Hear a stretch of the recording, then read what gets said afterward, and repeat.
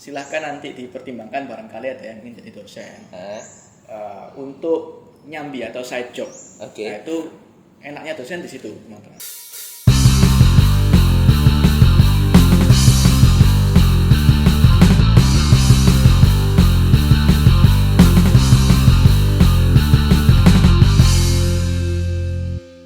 Oke, halo semua, kita kembali lagi di Tentang Hukum.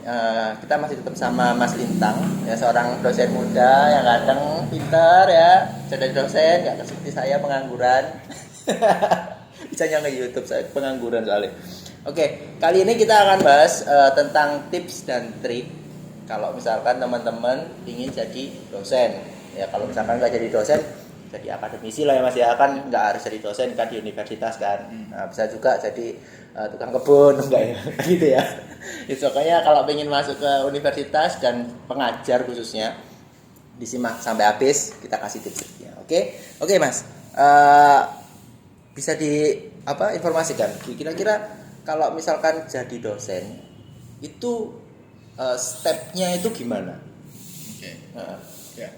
Jadi untuk menjadi seorang dosen ya memang stepnya ya dari awal tentu ya, kalau misal saya bicara dari kronologisnya ya, ya kita pastikan dulu kita itu secara kapasitas dan kapabilitas ya telah mampu menjadi seorang pengajar. Ya tidak harus menjadi dia yang terpandai, paling paham itu enggak ya, karena sejatinya pun dosen pun juga masih perlu waktu untuk upgrading ya, sampai kapanpun itu selama status kita manusia ya.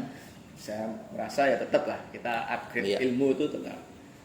Nah kemudian ya kalau bisa ditanya itu ya layaknya orang daftar kerja gitu Mas. Saya sendiri juga bingung kalau tanya tahapan-tahapan. Enggak, maksudnya gini, kan Mas ya kan sudah dari dosen nih, sudah jadi dosen. Di awal memang Mas harus tahu nih, aku mampu.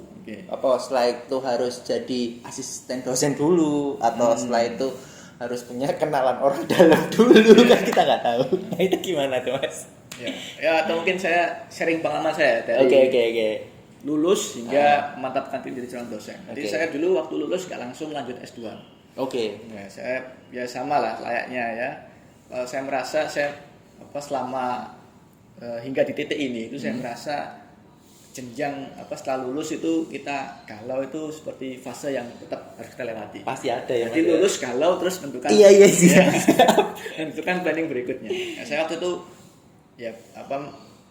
sampai sempat ke kampung Inggris waktu itu saya. Karena ingin niatnya ya belajar bahasa Inggris sembari mengisi waktu luang gitu. Nah, saya juga selain itu ya sesekali dimintai oleh kawan-kawan atau beberapa kolega karena saya waktu lulus itu mengikuti pelatihan-pelatihan. Nah, jadi ini buat teman-teman ya nanti di bidang ilmu kita, khususnya di bidang hukum itu tidak harus stuck pada jenjang keilmuan di ranah akademik atau di tingkat universitas atau di fakultas saja. Tapi kita juga perlu ya memiliki soft skill lain ya, pelatihan misal ya kita memiliki soft skill bidang kontrak drafting atau legislative drafting atau apapun itu yang menjadi ikut advokat, pelatihan advokat. Ya, kemudian pelatihan lain itu tujuannya untuk memiliki soft skill tadi. Nah, karena saya sembari mengisi waktu luang setelah lulus tadi mengikuti pelatihan, kemudian oleh beberapa kawan tuh dicoba untuk diminta mengisi materi. Webinar gitu. Webinar, ya workshop seperti itu. Ya, saya belajar dari seorang fresh graduate atau kalau enggak diminta oleh junior di organisasi waktu kita S1 dulu itu kan biasa kan kalau saya paham teman-teman yang berorganisasi itu ikatan antara alumni dengan adik-adik organisasi kan masih terjalin. Nah, itu saya sering memberikan materi di acara-acara tersebut. Nah, memang jujur untuk memiliki skill public speaking atau menyampaikan materi di banyak orang itu enggak langsung cucuk kita pede itu enggak. Saya pun juga melewati fase deg-degan, bingung dan lain-lain sebagainya itu biasa. Nah, dari situ saya semakin terbiasa ya. Kemudian ya pada suatu titik sudah terbiasa memberikan materi. Nah, otomatis ketika saya telah mendaftar sebagai seorang dosen itu kemudian ya kita harus nggak langsung ngajar tapi mengikuti kelas dosen senior. Nah, ketika waktu kita diberikan tanggung jawab untuk mengisi itu ya, karena saya pribadi waktu itu sudah merasa ya pernah memberikan materi di banyak orang, jadi ya sudah seperti biasa, seperti apa yang pernah saya lakukan sebelumnya. Cuman konteksnya sekarang bedanya adalah ini perkuliahan ya. Ada sub-sub materi, dia ada standar acuannya apa yang harus saya sampaikan seperti itu. Jadi kalau misalkan ditarik timelinenya Mas ya. Mas nggak ada tuh jadi asisten dosen nggak ada? Saya selama dari mahasiswa sampai sekarang belum pernah merasakan jadi asisten itu belum pernah. Ya. Berarti kalau misalkan teman-teman kepingin jadi dosen, nggak harus jadi asisten dosen ya Mas ya? Nggak harus. Tapi harus punya skill untuk mengajar ataupun menyampaikan informasi atau ilmunya itu dengan baik gitu ya. Makanya Mas ambil kelas-kelas atau ambil seminar untuk bisa mengajarkan itu gitu maksudnya. Sama satu lagi Mas. Tapi ini juga perlu teman-teman ketahui terkait di bidang perdosenan ya istilahnya. Perdosenan. Untuk jadi seorang dosen atau pengajar di tingkat perguruan tinggi itu tidak harus ya statusnya adalah dosen. Karena teman-teman barangkali sudah ada yang tahu istilah dosen luar biasa. Kalau di tempat saya itu artinya istilahnya dosen luar biasa. Ya, dosen luar biasa itu adalah praktisi yang diperbantukan untuk mengisi atau menjadi tenaga pendidik di institusi tersebut. Nah, jadi misal di bidang hukum itu ya, waktu saya S1 maupun saya sebagai dosen sekarang itu tenaga pengajarnya ada yang dari kalangan hakim, ya, jaksa, ya, yang bersangkutan berikan surat tugas untuk menjadi bagian dari tim pengajar. Sehingga statusnya ya memang dosen tapi dosen luar biasa. Jadi dia tidak terikat secara penuh seperti dosen pada umumnya. Karena yang bersangkutan profesi utamanya adalah praktisi, tapi beliau mau atau ya berkenan untuk mengajar. Tentu yang beliau ajarkan adalah dari sisi praktisnya. Karena memang mereka adalah praktisi yang ya diperbantukan untuk menjadi seorang dosen. Jadi kalau misalkan teman-teman juga kepingin berarti aku kalau misalkan lulusan ilmu komunikasi misalkan kan yang siapa tahu yang nonton bukan dari anak hukum aja ya Mas ya. Aku punya skill untuk public speaking, tapi aku praktisi. Tapi bisa nggak ya aku kepingin jadi dosen? Kan dosen kan biasanya lebih mantep itunya kedepannya karena selalu dibutuhkan untuk usia kapanpun aja gitu kan. Tapi kadang-kadang praktisi itu ada waktu expirednya kan. Kalau sudah tua biasanya kan institusi ambil yang muda, lebih ganteng, lebih ayu gitu Mas ya. Gitu dosen kan yang diambil kan ilmunya. Berarti mereka tuh bisa untuk jadi mengambil pengajaran atau jadi dosen luar biasa seperti itu kan. Bisa karena mereka sudah punya kapasitas di praktisi mereka dan nanti diajarkan di keilmuan tersebut sesuai praktisinya. Mungkin seperti itu Mas ya. Jadi memang untuk nanti profesi atau passion itu kembali ke teman-teman sekalian. Yang mau jadi seorang dosen atau profesi lain itu silakan. Tapi barangkali ada teman-teman saya nggak mau jadi dosen, saya mau profesi lain. Tetapi saya juga ingin sesekali ya kalau ada kesempatan itu berbagi ilmu ke adik-adik mahasiswa. Nah, saya rasa kalau misal teman-teman sekalian punya yang niat seperti itu, monggo dicoba untuk menjadi dosen LB. Nah, jadi di profesi utama tetap. Nah, di sisi lain juga ya teman-teman sekalian yang sekiranya tadi praktisi tapi ingin berbagi ilmu, nah itu bisa tersalurkan niat baiknya tadi. Oke, itu tadi stepnya. Terus sekarang pengen tahu ini Mas, kan katanya Mas tadi kan jadi dosen kemarin tuh seperti ngelamar kerja. Nah, kalau ngelamar kerja biasanya kan kita di institusi kan ngelamar, dipanggil interview dan segala macam. Nah, kalau dosen ini apa sama Mas? Kan juga mau nggak mau kan yang nguji itu kan pinter-pinter Mas. Ya toh. Nanti gimana itu Mas kalau jadi dosen itu? Ya, jadi untuk jadi dosen tentu di sini mungkin saya jelaskan ada dua jalur ya. Jalur yang PNS karena kan ada dosen PNS kan. Yang kedua jalur dosen non PNS atau perekrutan yang dilakukan oleh instansinya langsung. Maksudnya perguruan tingginya. Nah, kebetulan saya mengikuti seleksi yang dari perguruan tingginya langsung yang seleksi, jadi tidak melalui jalur CPNS. Jadi non PNS. Non PNS. Saya dosen tetap non PNS. Masih non. Masih non. Ya. Pengennya sih PNS. Iya. Ya. Nah, yang saya lakukan waktu itu ya seperti yang Mas Angga singgung tadi, ya kita ada informasi lowongan gitu kan, kita memenuhi persyaratan yang diberikan, kita ajukan lamaran kita, tentu kita melalui seleksi administratif terlebih dahulu, nanti oleh pihak internal perguruan tinggi yang bersangkutan akan diseleksi, ya kemudian kita diberi pengumuman, ya setelah itu baru kita akan mengikuti tahapan-tahapan seleksi sebagaimana yang telah ditentukan. Kalau saya waktu itu seleksinya ada ujian ya Tulis. mengisi soal gitu Ya. ya. Waktu itu kan zaman saya masih Covid, nanti full daring waktu itu saya ujiannya. Jadi mengisi soal yang telah disediakan, dan juga khusus untuk dosen ada tes micro teaching. Jadi kita pura-pura ngajar itu, dimintai disuruh untuk melakukan simulasi pengajaran. Nah, nanti diuji oleh tentu ya dosen senior yang bersangkutan dan wawancara. Nah, setelah itu kita ya nanti tunggu hasil, kemudian kalau diterima ya kita akan menerima panggilan. Micro teaching tadi itu Mas, saya ingin tahu sedikit. Itu ada muridnya nggak Mas? Nah, nggak ada ya? Ya kita namanya simulasi. Iya. Nah, muridnya itu ya tim penguji kita. Kebetulan saya waktu itu waktu saya daftar yang mewawancarai saya adalah jajaran dekanat, Pak Dekan dan jajaran para wadeknya. Ya, saya namanya diminta simulasi, Mas. Saya improvisasi tetap sesuai substansi. Ya ada jokesnya biar nggak tegang gitu ya. Karena salah satu skill kemampuan yang dimiliki oleh tenaga pengajar itu kalau bisa itu tadi tahu momentum di mana harus fokus, kapan ada ice breakingnya biar belajar mengajar itu nggak jenuh gitu. Nggak bosan. Nah, nanti saya nunjuk-nunjuk gitu ya saudara ya, nggak apa-apa saya tunjuk. Dekannya. Karena kan simulasi. Iya benar. Itu ya minta maaf, permisi gitu. Siap. Jadi itu ya. Soalnya kadang-kadang itu gini Mas, yang dilihat sama masyarakat ya, ketika ada dosen atau pengajar, apalagi di tingkat universitas ya Mas ya, itu mereka mikirnya memang mereka masuk secara rekrutmen seperti perusahaan, itu nggak banyak yang tahu seperti itu. Soalnya kan banyak lowongan itu yang biasanya teman-teman atau masyarakat lihat itu kan di koran jarang banget kan Mas, ada lowongan dosen kan gitu kan. Jadi nggak banyak yang tahu kalau ternyata dosen itu rekrutnya seperti institusi biasa kalau PNS ya. Ya kalau PNS gimana Mas? Ya, jadi kalau misal rekrutmen PNS kemarin saya sempat nyoba tapi ya gagal waktu itu. Nah, untuk PNS ya rekrutmen seperti biasa, tentu akan ada pengumuman untuk lebaran.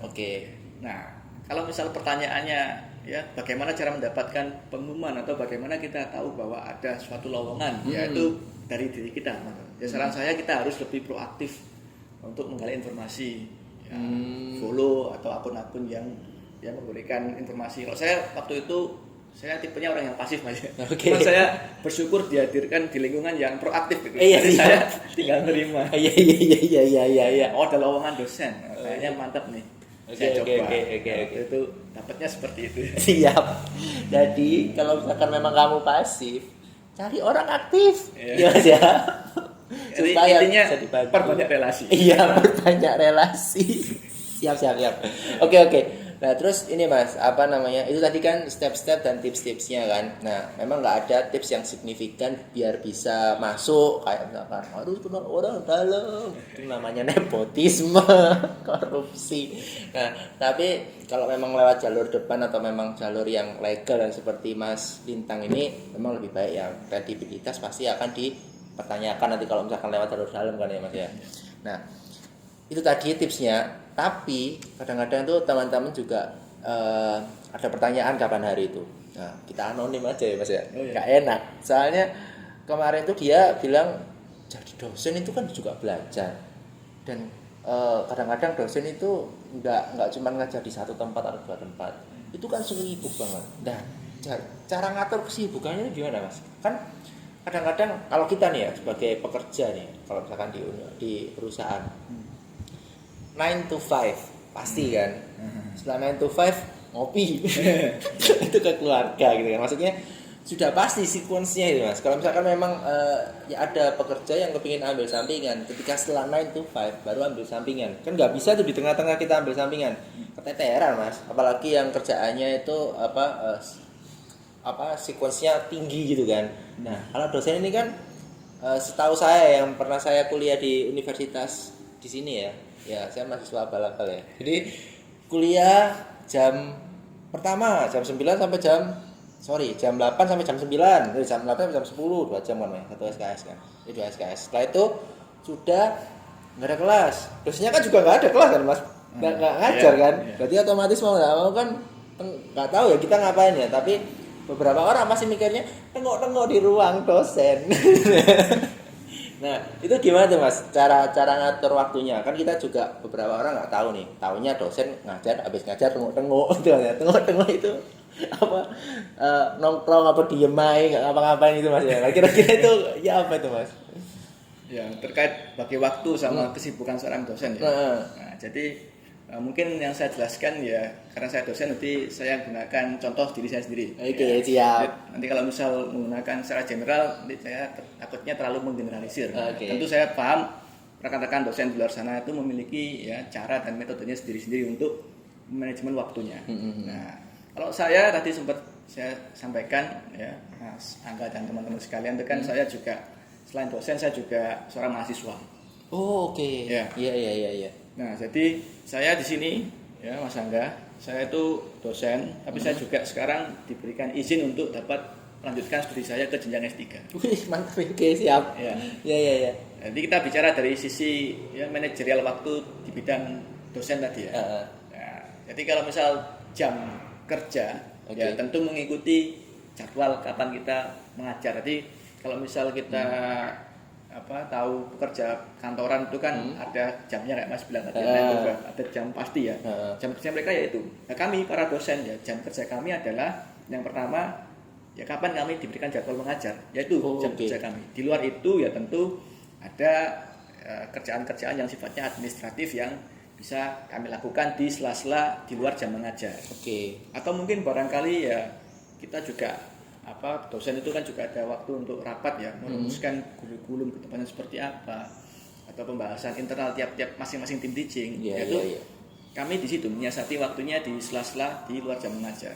Tapi fokus utama kami adalah ya ketika jamnya itu tadi misal andai kata ya cuman ngajar gitu aja, ya di luar jam mengajar ya memang itu jam kosong. Nanti misal kalau saya dapat kelas pagi misal sama sore gitu ya, 7:30 sampai jam 10, kelas sorenya jam 2 sampai jam 3:30 gitu misalnya. Nah di luar jam itu ngapain? Ya kosong. Nah cuman kembali ke kita mau memanfaatkan jam kosong tersebut untuk apa? Kalau saya karena saya mahasiswa, nyicil. Iya siap. Kalau nggak dicicil nggak selesai. Iya. Nah terus juga ini ya silahkan nanti dipertimbangkan barangkali ada yang ingin jadi dosen untuk nyambi atau side job. Nah itu enaknya dosen di situ teman-teman. Nah, jadi ini kita untuk barangkali apabila ingin melakukan side job tuh saya pribadi juga ada side job sebagai pemateri. Baik. Nah kapan? Padahal kan kita kan main jobnya adalah dosen. Ya tentu kita menyiasati di luar itu. Ya dan otomatis kalau kita ada yang ingin kita inginkan tentu ada yang kita korbankan, yaitu waktu. Nah, kita sadar waktu untuk istirahat akan berkurang. Tapi ya itu ya impas menurut saya. Kita ingin melakukan do more, ya we have to sacrifice more. Jadi itu kalau saya itu menyiasatinya di weekend biasanya, Mas. Di weekend untuk ambil side job-nya gitu. Misal minta tawaran pemateri atau menguji jadi asesor ya pelatihan apa gitu. Ya saya bisanya meluangkan weekend. Gitu. Berarti susah Mas ya kalau misalkan memang mungkin ada yang seperti Mas juga ya, walaupun nggak sebagai dosen tapi sebagai pekerja yang lain dan beliau atau mereka ini lagi menjalankan mau double degree atau magister atau ke doktoral juga, untuk fokus di akademisi aja tapi tanpa mengurangi pekerjaannya mereka itu susah nggak? Maksud saya apa memang harus full di akademisinya mereka? Karena kan memang setahu saya ya S1 itu sudah segitu menjebakkan maksudnya sudah sebegitu etik kadang-kadang Mas ya. Kita kan apalagi 4 tahun. Kita ada kurikulum dan segala macam itu yang terkadang nggak seperti SMA yang memang sudah di set 9 to 5 seperti itu kan, sama kan. Tapi kalau di perkuliahan itu kan kita sudah ada porsi yang harus kita tanggung jawab sendiri. Nah, otomatis kan kalau di magister itu mereka mau nggak mau mengambil beban yang lebih berat untuk keilmuan maksud saya. Tapi dengan waktu yang lebih pendek, ya kan 2 tahun kan ya kalau nggak salah magister kan. Dengan waktu yang lebih pendek, sedangkan mereka harus melakukan side job. Biasanya kalau nggak melakukan pekerjaan dan cuman kuliah, itu biasanya yang ekonominya sudah mapan. Ekonominya yang biasa-biasa kayak saya kepingin S2 itu kan harus kerja juga kan biayanya. Nah itu memang nggak mungkin atau bisa memungkinkan sih mas, ngerti kan mas saya? Nah itu gimana tuh mas? Ya, jadi untuk barangkali ini ya sekarang tips yang lebih umum ya bagi teman-teman di luar sana yang memiliki profesi bukan dosen, tetapi ingin apa istilahnya meningkatkan di bidang akademiknya, keilmuannya. Iya. Jadi ini sekedar sharing saja ya, teman-teman sekalian. Saya waktu S2 dulu mas. Oke. Teman-teman saya tuh orang-orang pekerja semua. Oh ya? Ya. Jadi saya waktu S1 ya tadi kan galau dulu terus menentukan apa planning ke depan. Akhirnya saya sekolah lagi. Nah mungkin di angkatan itu ya saya termasuk yang istilahnya yang muda. Bukan saya sendiri tapi ada beberapa kawan nanti ya sebagian dari kami itu saya minoritas orang yang bisa dibilang fresh graduate. Oke, siap. Nah teman-teman saya angkatan saya itu ada yang seorang pegawai bank, ada polisi, jaksa dan lain-lain. Jadi benar-benar kelas pekerja waktu itu. Ya orang-orang yang sudah bekerja. Dan untuk ya di S2 itu umumnya lebih fleksibel, tidak se-strict waktu S1. Oh gitu. Dan kebetulan di tempat saya kuliah dulu itu ada kelas malam. Nah, saya mengambil kelas malam. Nah, itu biasanya kelas-kelas yang diambil oleh teman-teman yang memiliki pekerjaan tetap. Ya, jadi di pagi hari mereka harus bekerja. Dan sementara di satu sisi ingin upgrading ilmu ya mereka harus melakukan waktu di malam hari. Jadi kalau misal dibayangkan, dikalkulasikan ya wes sampai rumah tinggal istirahat. Karena 24 jam itu luas. Ya, menggunakan waktu 24 jam itu paginya buat kerja, nanti sorenya langsung kuliah ya. Otomatis waktu kita untuk istirahat itu semakin sedikit. Itu kembali ke pribadi masing-masing. Apakah kita siap melakukan habit yang seperti itu? Kalau siap ya memang muncul dari motivasi kita. Silahkan dilakukan. Nah ini mas tadi tuh, mas kan bilang pagi kerja, ada kelas malam ya? Malam, sore sampai malam kuliah. Nah kuliah kan udah tugas sih mas, iya kan? Itu. Ada tugas. Mau bikin makalah segala macam dan terus wake. Nah itu kapan kerjanya mas? Ya, itu ya ini keren juga ini pertanyaan. Nah, itu biasanya tantangan yang dihadapi oleh teman-teman saya yang waktu itu sudah bekerja. Nah, pengalaman saya waktu itu kami menyiasatinya adalah ya tadi sudah tahu waktu istirahat semakin sedikit lagi karena adanya tugas tadi. Karena ya di mana-mana status kita mahasiswa, mengerjakan tugas kan bagian dari kewajiban kita. Iya. Itu kalau kami menyiasati, misal saya dulu selesai kuliah jam 9 gitu mas ya, jam 9 malam. Itu sudah setelah jam selesai kuliah kami ngumpul kelompok itu untuk tugas. Ya kan kita paham kan kalau namanya beban dipikul sendiri kan berat. Iya memang dibagi. Nah, misal tugasnya individu tapi semua sama gitu kan. Ada 5 soal gitu. Ini teknis ya. Itu dibagi nomor 1 digarap siapa. Nomor 2 siapa, 3 siapa gitu. Dikumpulkan. Nah, tapi ingat ya, di sini saya bukan bermaksud mengajarkan cheating tapi kerja cerdas teman-teman. Meskipun jawabannya sama ya paling enggak diparafrase lah biar enggak kelihatan kopas banget atau ya intinya sama tapi kalimatnya dibuat beda. Itu cara kami menyiasati seperti itu. Karena memang ya fenomena yang kami hadapi waktu itu dihadapkan dengan kesibukan yang masing-masing individu beda-beda. Iya, paham maksudnya. Gitu. Jadi bukan cheating ya teman-teman. Gak nyontoh iki gak nyontek, tapi memang harus seperti itu.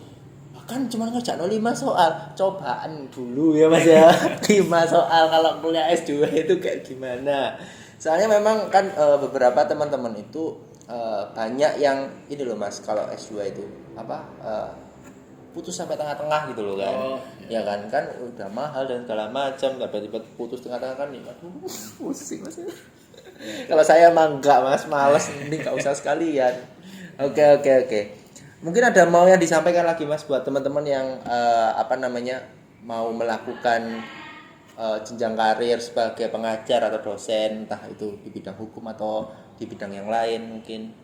Ada pesan untuk teman-teman mungkin? Ya mungkin saya ya lebih barangkali sharing ya ke teman-teman sekalian. Ya mungkin tidak hanya untuk bagi mereka yang ingin menjadi dosen atau ini juga bagi teman-teman sekalian yang sekiranya ingin ya tadi sekolah ke jenjang yang lebih tinggi ya, tapi tidak ingin berprofesi sebagai seorang dosen ya pertimbangkan dulu. Ya saran saya ya pertimbangkan dulu tujuan teman-teman untuk menempuh jenjang pendidikan yang lebih tinggi itu apa. Jadi kalau contoh misal kawan-kawan saya yang sudah berprofesi itu kan ambil sekolah lagi karena ingin kenaikan jabatan atau karena ya kalau misal di lawyer atau notaris itu untuk menaikkan self branding, macam-macam tujuannya. Itu tentukan dulu tujuannya. Kalau misal teman-teman merasa S1 cukup ya silahkan. Itu bukan tolak ukur sukses ya. Tanpa bermaksud mendiskreditkan ya kalau sukses itu harus seperti ini, enggak. Itu semua kembali ke pilihan teman-teman sekalian. Tapi ini bagi yang ingin mengambil jenjang perkuliahan yang lebih tinggi ya, pastikan dulu niat awalnya seperti apa. Ya, kemudian berikutnya ketika teman-teman sudah memantapkan untuk milih sekolah lagi, ya harus siap untuk belajar ya. Ada yang dikorbankan, terutama terkait waktu. Terkait ngopi. Ya, ngopi. Kopinya berkurang. Oke, mungkin itu dulu ya Mas ya. Terima kasih untuk Mas Lintang yang sudah ngobrol sama kita ini ya, orang-orang yang nggak berakademik, orang-orang yang tidak cukup pintar. Pintar semua kan jadi dosen semua ya Mas ya. Jadi seperti itu. Pintar itu relatif sebenarnya. Oh gitu lah. Oke, kita buka lagi. Ada orang nggak pintar tuh. Orangnya tuh pintar tapi di bidang apa? Gitu. Oh iya siap. Iya. Itu teman-teman ya. Semua orang pintar ya kan. Cuma khususnya di mana? Mungkin kamu pintar nyangkul. Saya nggak bisa. Mas ya. Oke gitu. Oke itu dulu teman-teman. Terima kasih untuk yang sudah nyimak obrolan kita sama Mas Lintang. Kalau misalkan teman-teman ingin tahu informasi yang lain tentang hukum atau tentang apapun itu yang berkaitan dengan hukum ataupun berkaitan dengan dunia perkuliahan atau apapun itu, nanti kita akan tetap bahas. Kalau misalkan punya request untuk apa bahasan kita, bisa mungkin kita buka di kolom komen ya, gitu Mas ya. Jadi kalau misalkan ada yang tanya apa-apa gitu, kalau misalkan kita mampu untuk menjawab, kita datangkan materi yang cukup capable untuk itu, bisa silakan di komen, dikasih tahu supaya kita juga bisa upgrade juga. Oke, jangan lupa di subscribe juga nyalakan notifikasinya. Bye.